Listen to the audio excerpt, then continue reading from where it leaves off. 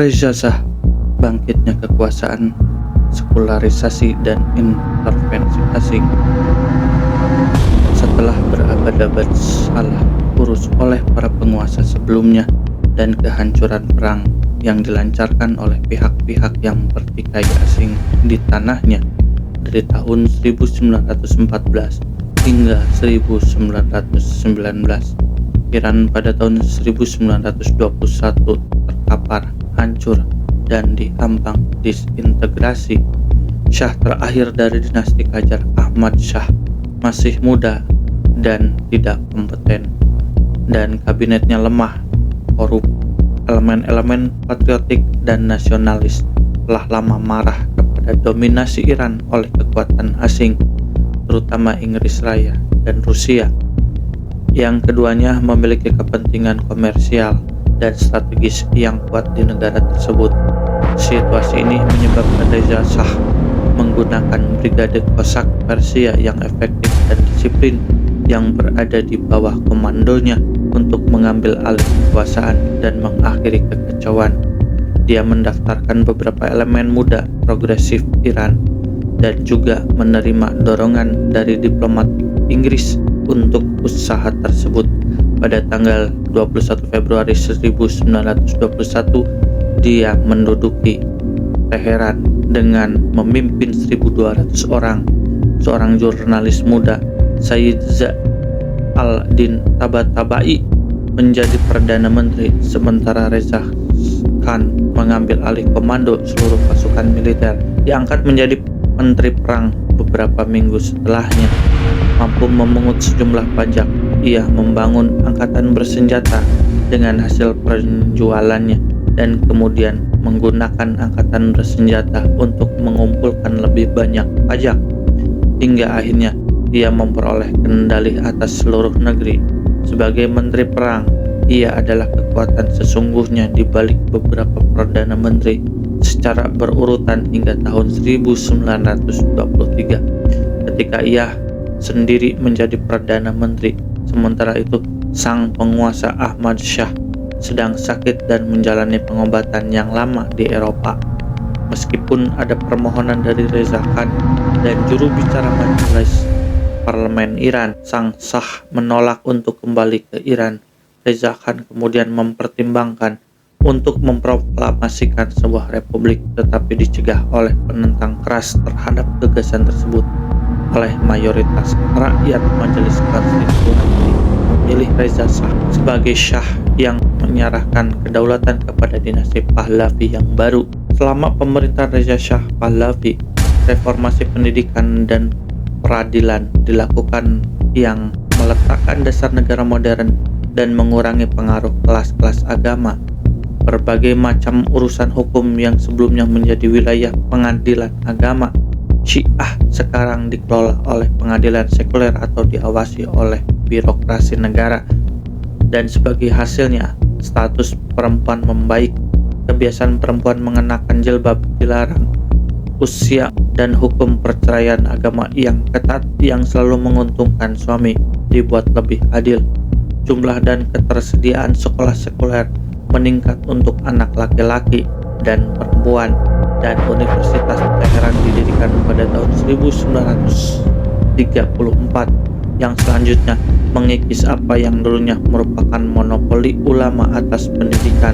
Meskipun demikian, Reza Shah selektif tentang bentuk-bentuk modernisasi sekularisasi yang akan dianutnya. Dia melarang serikat pekerja dan partai politik dan dengan tegas membungkam pers. Konsesi minyak pertama kali diberikan pada tahun 1901 selama periode Qajar, dan endapan minyak bumi pertama yang dapat dieksploitasi secara komersial ditemukan pada tahun 1908. Reza Shah menegosiasikan kembali sejumlah konsesi ini, meskipun perjanjian ini menimbulkan kemarahan di antara rakyat Iran. Konsesi tersebut tetap menjadi titik pertikaian yang sengit di Iran selama beberapa dekade mendatang. Kebangkitan Muhammad Reza Shah, perebutan kekuasaan dengan Muhammad Mossadegh, dan kudeta tahun 1953. Muhammad Reza Shah naik tahta di negara yang diduduki terpuruknya oleh kekuatan asing, tumbuh oleh inflasi masa perang, dan terfragmentasi secara politik. Namun secara paradoks, perang dan pendudukan telah membawa tingkat aktivitas ekonomi, kebebasan pers, dan keterbukaan politik yang lebih besar daripada yang mungkin terjadi di bawah Reza Shah. Banyak partai politik dibentuk dalam periode ini, termasuk Nasional Will yang pro-Inggris dan Partai Tudeh Masa yang pro-Soviet. Ini bersama dengan gerakan Serikat Pekerja yang masih muda menentang kekuatan Shah muda yang tidak memegang otoritas absolut ayahnya. Pada saat yang sama, turun tahta Reza Shah setelah memperkuat faksi ulama konservatif yang telah bergairah di bawah program sekularisasi pemimpin itu. Setelah perang, sebuah koalisi longgar dari kaum nasionalis, ulama, dan partai-partai sayap kiri non-komunis yang dikenal sebagai Front Nasional bersatu di bawah Muhammad Mossadegh, seorang politikus karir dan pengacara yang ingin mengurangi kekuasaan monarki dan ulama di Iran. Yang paling penting, Front Nasional yang marah oleh eksploitasi asing selama bertahun-tahun, ingin mendapatkan kembali kendali atas sumber daya alam Iran. Dan ketika Mossadegh menjadi Perdana Menteri pada tahun 1951, ia segera menasionalisasi industri minyak negara itu. Inggris, dermawan utama konsesi minyak Iran, memberlakukan embargo ekonomi terhadap Iran dan menekan mahkamah internasional untuk mempertimbangkan masalah tersebut. Namun pengadilan memutuskan untuk tidak campur tangan. Dengan demikian secara diam-diam memberikan dukungan kepada Iran. Meskipun keberhasilan ini tampak nyata, Mossadegh berada di bawah tekanan domestik dan internasional. Pemimpin Inggris Winston Churchill dan Anthony Eden mendorong kudeta gabungan AS Inggris untuk menggulingkan Mossadegh dan memilih Presiden Dwight D. Eisenhower di Amerika Serikat pada bulan November 1952, memperkuat mereka yang berada di dalam Badan Intelijen Pusat CIA yang ingin mendukung tindakan tersebut. Di Iran, kebijakan demokrasi sosial Mossadegh serta pertumbuhan Partai Komunis Tudeh melemahkan dukungan yang selalu rapuh dari beberapa sekutunya di kalangan kelas agama Iran, yang kemampuannya untuk mendapatkan dukungan publik penting bagi pemerintah Mossadegh. Pada bulan Agustus 1953, setelah serangkaian pertikaian politik, pertengkaran Mossadegh dengan Shah mencapai puncaknya dan Raja Iran melarikan diri dari negara itu. Hampir seketika, meskipun masih mendapat dukungan publik yang kuat, pemerintahan Mossadegh menyerah selama kudeta yang didanai oleh CIA. Dalam waktu seminggu setelah kepergiannya, Muhammad Reza Shah kembali ke Iran dan menunjuk Perdana Menteri baru.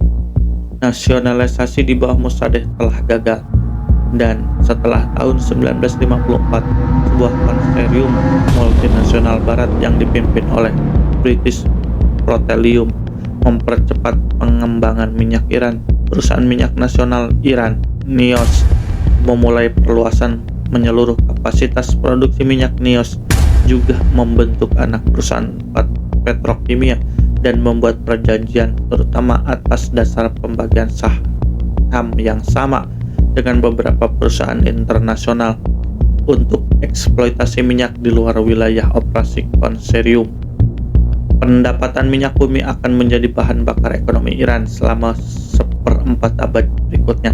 Tidak ada lagi pembicaraan tentang nasionalisasi karena Shah dengan tegas membungkam perbedaan pendapat politik di Iran. Pada tahun 1957, dengan bantuan Badan Intelijen AS dan Israel, pemerintah Shah membentuk cabang khusus untuk memantau para pembangkang dalam negeri.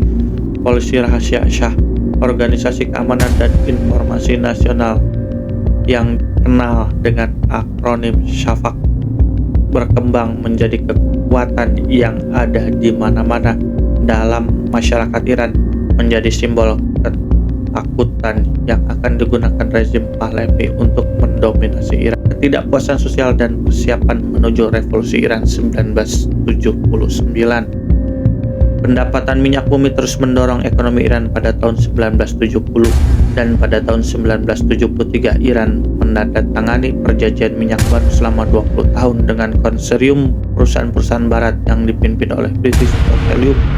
Perjanjian ini memberikan kendali langsung atas ladang-ladang minyak Iran kepada pemerintah di bawah naungan NIOC dan memulai hubungan penjualan pembeli standar atau NIOC dan perusahaan-perusahaan minyak. Namun keberhasilan yang nampak ini menutupi masalah-masalah yang mengakar ketidakstabilan moneter dunia dan fluktuasi konsumsi minyak barat secara serius mengancam ekonomi yang telah berkembang pesat sejak awal tahun 1950-an dan yang masih diarahkan dalam skala besar menuju program-program pembangunan berbiaya tinggi dan pengeluaran militer yang besar. Satu dekade pertumbuhan ekonomi yang luar biasa, mengeluarkan pemerintahan yang besar, dan lonjakan harga minyak menyebabkan tingkat inflasi yang tinggi.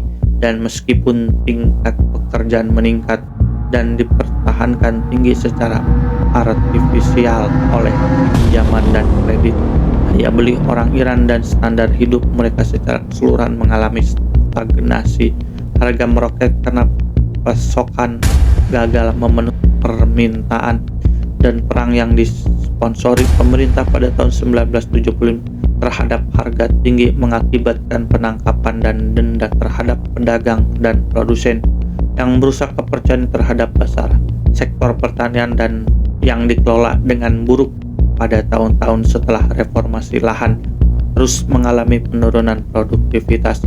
Reformasi sah yang juga gagal total untuk menyediakan tingkat partisipasi politik apapun.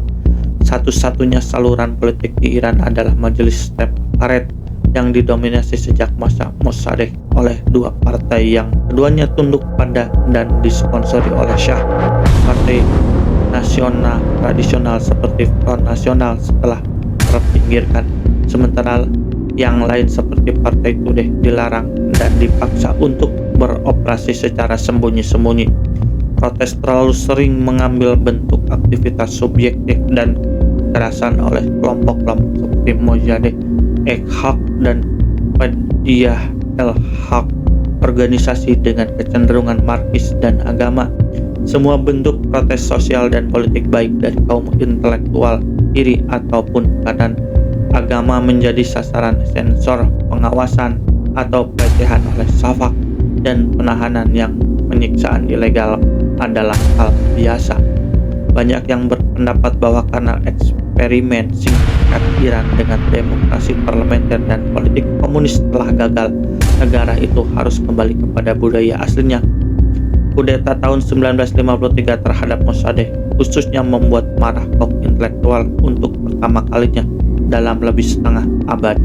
Kaum intelektual sekuler yang banyak di antaranya terpesona oleh daya tarik popularitas Ayatullah Khomeini meninggalkan proyek mereka untuk mengurangi otoritas dan kekuasaan ulama Syiah dan berpendapat bahwa dengan bantuan para ulama, Shah dapat digulingkan. Dalam lingkungan ini, anggota Front Nasional, Partai Tudeh, dan berbagai kelompok sempalan mereka sekarang bergabung dengan ulama dalam oposisi yang luas terhadap rezim Shah. Ketergantungan Shah terhadap Amerika Serikat, hubungan dekatnya dengan Israel yang kemudian terlibat dalam perusuhan berkepanjangan dengan negara-negara Arab yang mayoritas Muslim, dan kebijakan ekonomi rezimnya yang tidak dipikirkan dengan matang memicu potensi retorika pembangunan di kalangan massa. Pada bulan Januari 1978, ribuan siswa madrasah muda turun ke jalan dan protes setelah apa yang mereka anggap sebagai pernyataan fitnah yang dibuat terhadap Khomeini dicetak di Al-Ad, sebuah surat kabar di Teheran. Ketika protes meluas, Shah bimbang antara konsesi dan penindasan. Sebuah siklus kekerasan dimulai di mana setiap pengunjuk rasa yang dihabisi oleh pasukan pemerintah memicu protes lebih lanjut yang akhirnya mengarah pada darurat militer pada bulan September. Tetapi demonstrasi terhadap Shah terus berkembang. Pada tanggal 10 Desember, ratusan ribu pengunjuk rasa turun ke jalan Teheran pada bulan Januari 1979 dalam apa yang secara resmi digambarkan sebagai liburan. Shah dan keluarganya meninggalkan Iran. Muhammad Reza tidak pernah turun tahta, tetapi referendum yang diadakan saat dia tidak ada menggantikan rezimnya dengan Republik Islam pada tanggal 27 Juli 1980. Muhammad Reza meninggal di Kairo setelah berjuang melawan perang diplomatik.